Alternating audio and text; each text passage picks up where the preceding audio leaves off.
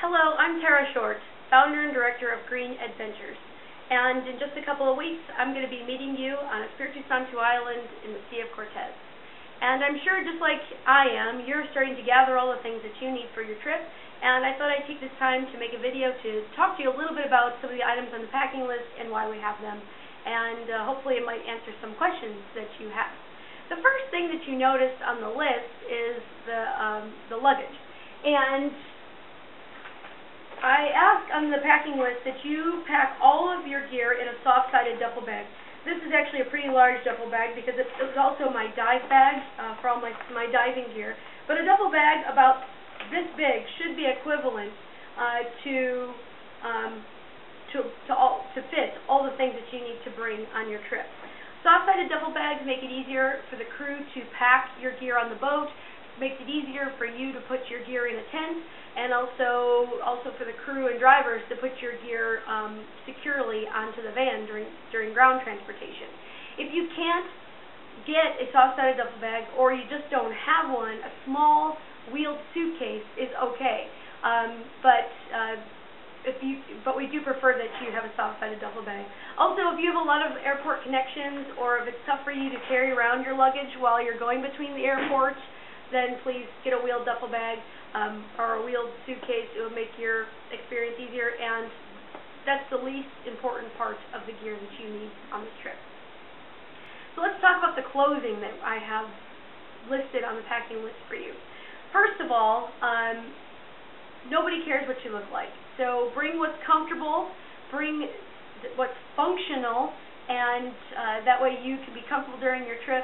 And it doesn't have to look great, it just has to be comfortable and functional. And so let's first start with what is the climate going to be like there? Well, we are in the desert, but March in the desert is a very temperate time. It's not too hot, it's not too cold. The air temperature is going to be in the mid-80s and as low as the high 60s. The water temperature is going to be the high 60s, about 68 or so, to the low 70s, around 72, 73. We do spend a majority of our time doing water activities, so it's important that you have all the gear necessary for you to protect you from the sun, and also to protect you from being chilled. And we provide you with a wetsuit, a 5mm wetsuit that'll help keep you warm. We'll give you all the gear you need, your mask, fins, snorkel, so you can navigate. But you're going to have to bring some personal gear to ensure that all of your personal needs are met. And so let's start with just your clothing in particular. So as I mentioned, the temperatures could be in the mid-80s, but they could also drop down to the high 60s during the evenings. Well, let's start with the warm because we're looking forward to being warm. So I put together a few items here that might represent what you would be packing on your trip. Obviously, shorts and tank tops are highly recommended. You can bring about 2 to 3 pairs of shorts, 2 to 3 t-shirts, and tank tops. What I put in this pile here is, your standard t-shirt. You don't need too many of them. Your standard shorts. These are nylon. I try not to have cotton. I try to have the least amount of cotton in my packing list, and also in my personal gear, just because cotton doesn't dry very quickly. It stays wet, and so if you get off of a boat, or you're sitting around camp and you're trying to dry off and you're sitting in jeans or thick cotton pants, they're just not going to dry very quickly. Another thing about these shorts is they have a liner, and it's nice for when you get out of your bathing suit and you just want to throw on a pair of shorts. They already have underwear built in. I have a long sleeve t-shirt for sun protection. This is, I think, something I got from Target, and it has some little air vents on here. It's real thin, but it'll help protect you from the sun if you wanted to wear something light when we go for a hike, but still have some protection. And the majority of my tank tops are like these stretchy spandexy tank tops with like a built-in bra on the inside, paired with a sports bra.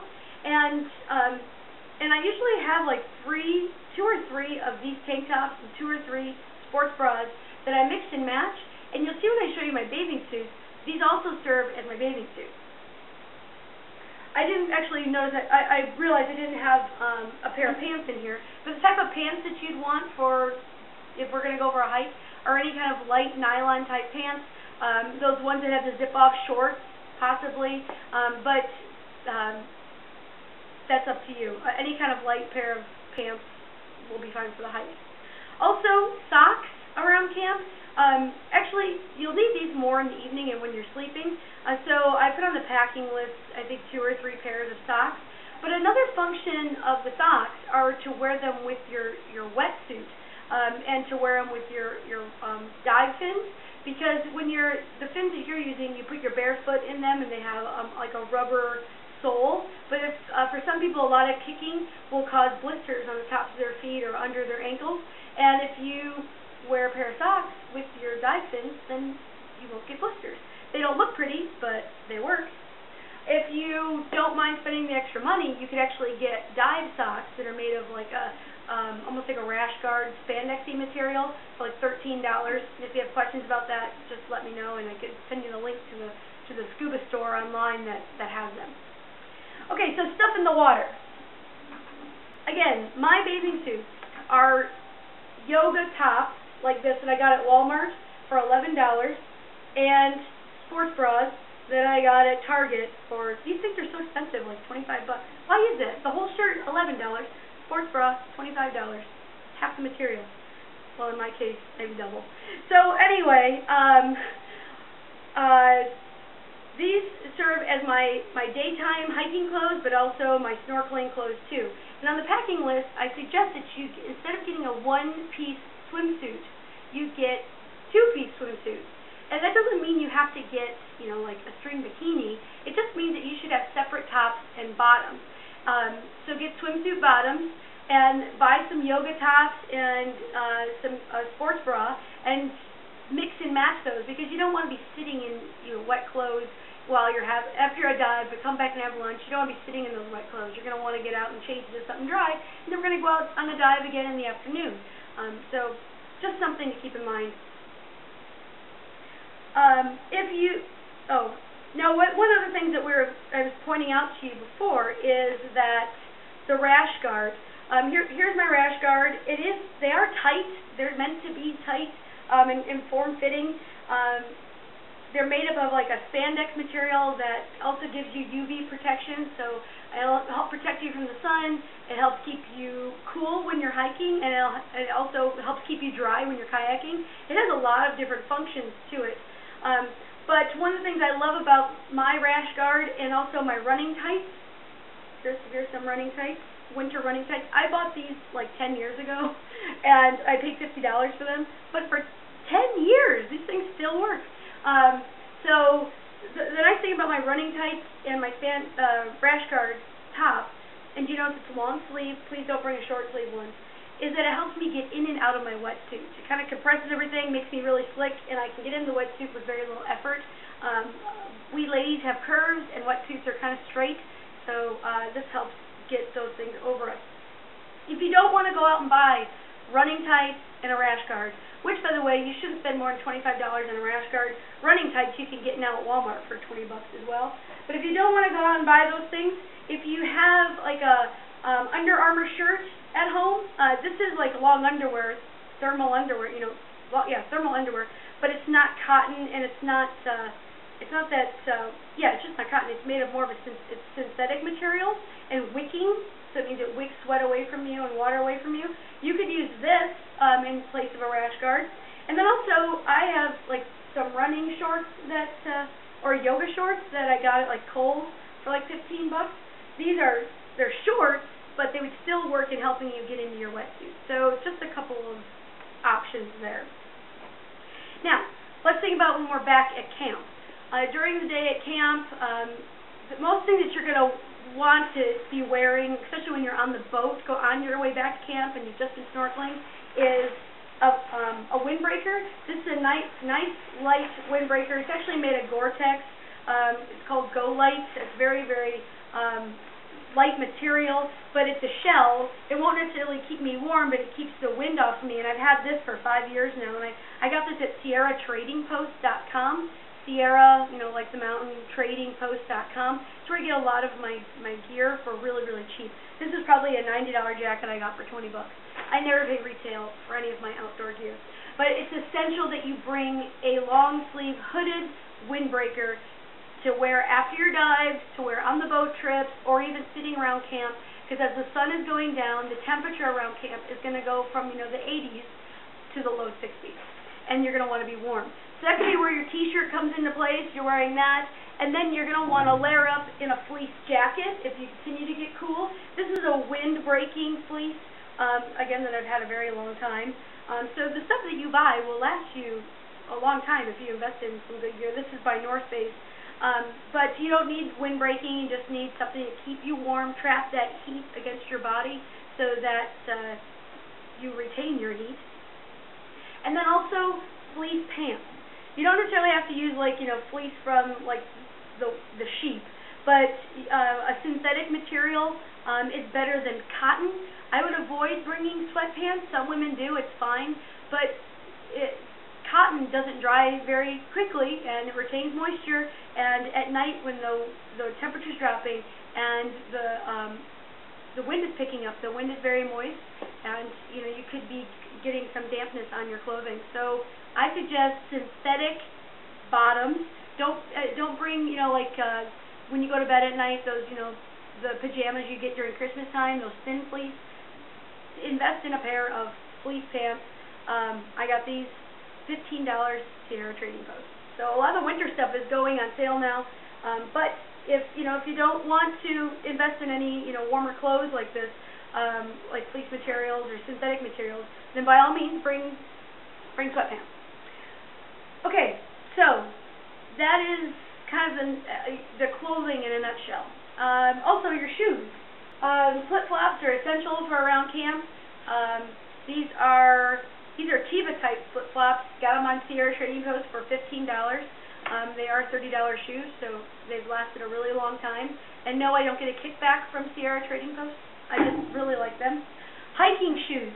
You don't need to go out and buy expensive hiking shoes for this. A pair of gym shoes will be fine, or tennis shoes, whatever you call them. A good tread is important. Unfortunately, my tread, obviously I need to replace these shoes, but at one time they had very nice tread. That's important to have these, because if we do any hiking, it's not strenuous, but you're going to be on loose rock, and you're going to want to be able to get good footing when you're hiking. If you tend to be wobbly, like in the ankles, and need ankle support, then invest in a pair of shoes that have, or hiking boots that have ankle support. Nothing really heavy, nothing waterproof, just something that covers your ankles. And we don't do a ton of hiking. There's only one scheduled hike, another optional sunset hike. And if you don't want to do the hike, we certainly can create, give you something else exciting to do while you wait for those to get off the hike. But please do contact me if you have questions. So for any type of shoes, a closed toe is just important. That's some people want to bring those Teva type shoes, or not Teva, Keens. The Keens they're closed around, but they have openings through the middle and then an open heel. Remember, you are in snake country, and all those snakes, we haven't ever seen one on the trail or been threatened by one. Closed-toed shoes protect your feet as you're walking along those rocks, and critters that are underneath rocks, could be startled, and something could go after your foot. So closed-toed will help protect you from that. Okay, also on hikes, I put on the packing list that you should have a 1-liter water bottle. And making a mess here. The 1-liter water bottle looks like this. So that's 1,000 milliliters. Please don't bring one of these for your hike, which is 500 milliliters. Some days are going to be hotter than others. Some days might be cool. You won't need to drink any water. But water is precious in the desert. So if you go on a hike and run out of water, it's not like we could call for more water to come in. So it's important that you bring the adequate water bottle. This is actually one of the most important pieces of gear, is a water bottle that's 1,000 milliliters or 1 liter. So it says right on the side how many milliliters this one is. It says 500. This one doesn't say it, but I know it's 1,000 milliliters. If you can't find one of these, then get 2 of these, or 2 of these. This is one of those standard, bicycle water bottles. It's about 700 milliliters. These are light. They take up very little space. It doesn't hurt to have 2 if you don't have a liter. Now let's talk about what you should be carrying in your day pack. I'm going to actually provide you with one of these bags. Will be good for you out on the dive boat, and you could also wear it like a backpack when we go hiking. So you don't have to carry around a big backpack, and you don't have to bring a backpack along. But in your day pack, this is typically what you should have in it. You'll have your water bottle. You might want to bring a pack towel or your beach towel,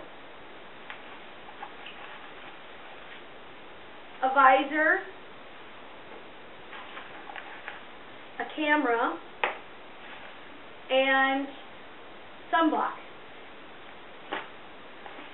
I tried to trick you. This is actually bug spray. And I feel the need to tell you that it's not bug spray. I'm sorry, that it's not sunblock. It is bug spray. Because I was thinking, what if someone saw that said off? And they're like, Tara's such a liar. But since we're on it, bug spray. On the packing list, it says that you should bring, I say that you should bring a small travel-sized thing of bug spray.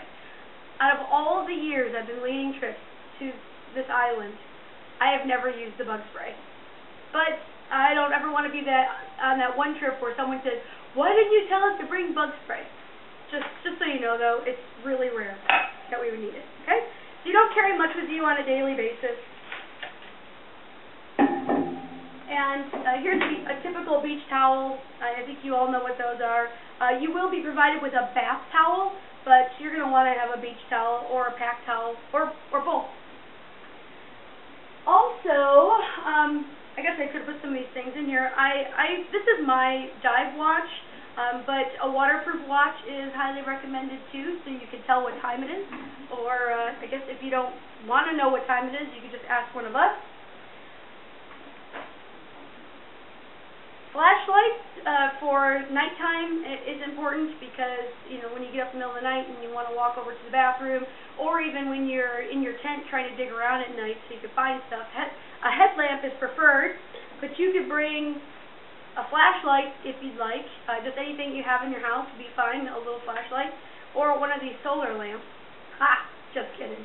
Actually, the reason I had the solar lamp here is because we do line the beach with these solar lamps. So at night, when you get up and go to the bathroom, you can just follow the lighted path down to the commode. You're not going to want to forget to bring a journal. I write about, some of my best writing is when I've been traveling. So my friend she's from Montana, and she already gave me a journal to use. So bring a journal, write about your experiences. You're going to want to also bring your reading glasses if you need them, because otherwise, I know without my glasses now I'm blind. So reading glasses and sunglasses, and you notice I put them all in cases because you don't want them to get smashed. It's not like we can run out and get new ones. My sunglasses are polarized glasses, and I can't live without them. I hate to squint, and in the desert there's a lot of squinting if you're not wearing sunglasses. So I suggest that you get a pair of sunglasses you like. Again, Sierra Trading Post. You can get really great sunglasses for really cheap. Or really economical, I should say. Alright, now I'm just getting down to the little bits and pieces that I have in the list. In terms of bringing biodegradable shampoo, this shampoo is called Bio Infusion. I got it at Walgreens. They were on sale for 50 cents each. And this could last you the whole week because although you think so, you won't be showering every night. It just happens. You just don't want to. And it's okay. You don't have to shower every night. So don't think that you need to bring a ton of shampoo. Conditioner is important though, because if you have long hair and it gets tangly, you're going to want to have that. Also, I didn't mention before in terms of hair, be sure to have hair ties. And if you have a lot of bangs, like a bobby pin or hair clips, because when we put our mask on, we don't want your hair to come down into the mask. It causes leaks. So hair ties and pins. Don't you like how I improvise there? I don't have the objects in front of me. But anyway, back to biodegradable shampoos. and conditioner. Basically what you're looking for is something that doesn't have phosphates or sulfates. That's it.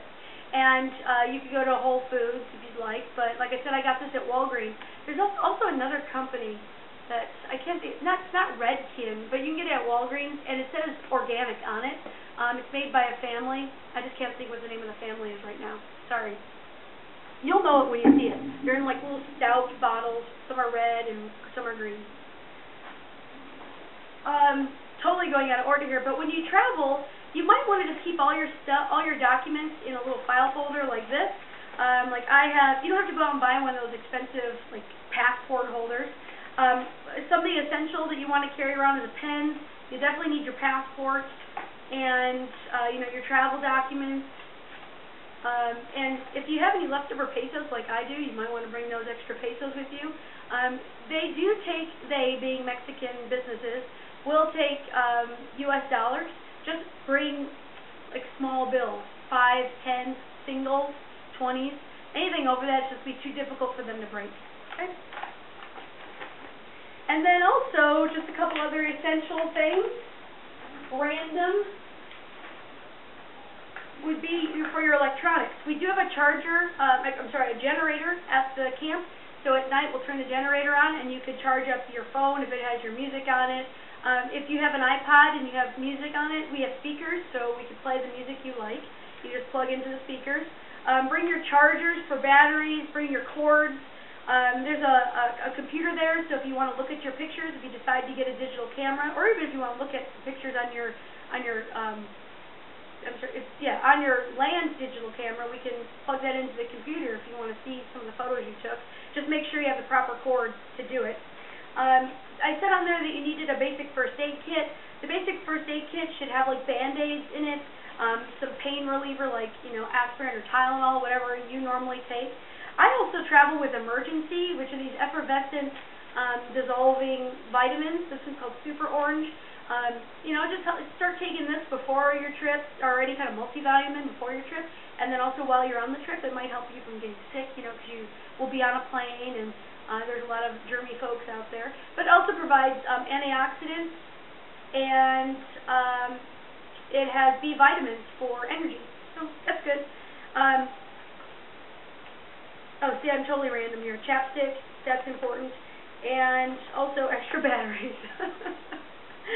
So that's pretty much everything that I could think of. And if you have any questions, you know how to find me. I can be reached at area code 715-252-1238 or Tara@greenedventures.com. Remember, that's Adventures with an E, and I can help you with your packing list. But just keep it simple and think function, not fashion. Thanks. See you soon.